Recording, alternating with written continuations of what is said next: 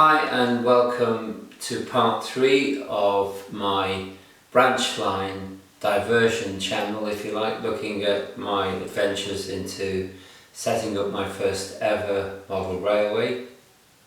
Before we get into this video, I just want to say thank you very much indeed for all the comments I've received so far on the first 2 videos and for the new subscribers, which is really very helpful and very kind of you. So please, if you do like these videos and the channel, please consider subscribing to it, and then you'll be notified of new videos as they appear.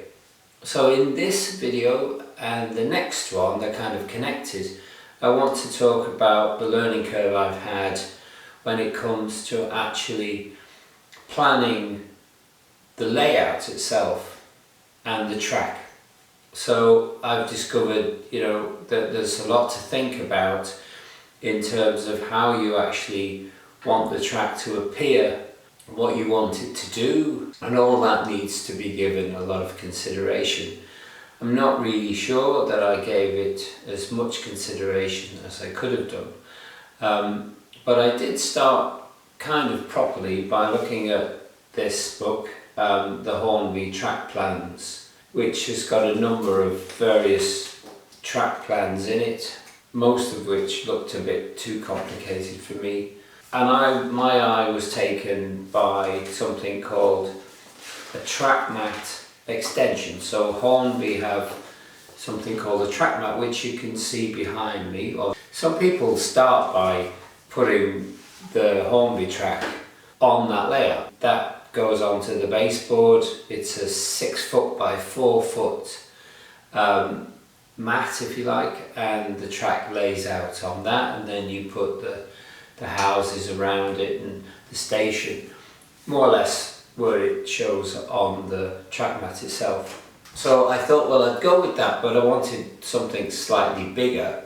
So I was looking for a Trakmat Extension, and I went for this one, which is the extension for Terminus Station. Then I discovered that there's lots of information online as well. There's a wonderful site called freetrackplans.com that has a lot of information about track plans that whoever the webmasters of that site have designed, and also there are Hornby track plans and others.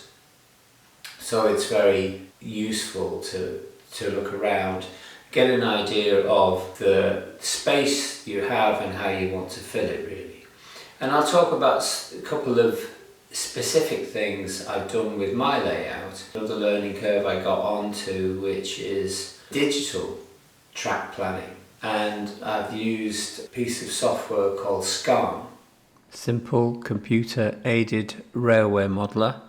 And I've made a separate video about this, and you can see how I use it in part 5. So we'll leave this section here for now.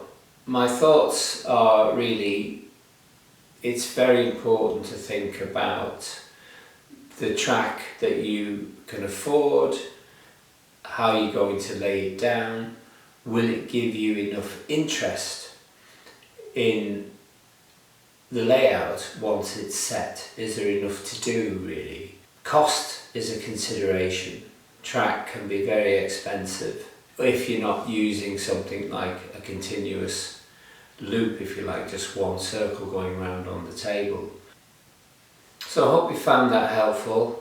Think about how much track you can afford, what you want to do with the track, will it give you enough interest once it's laid, and then go about planning it carefully. Use the software and get some help if you can, which I did.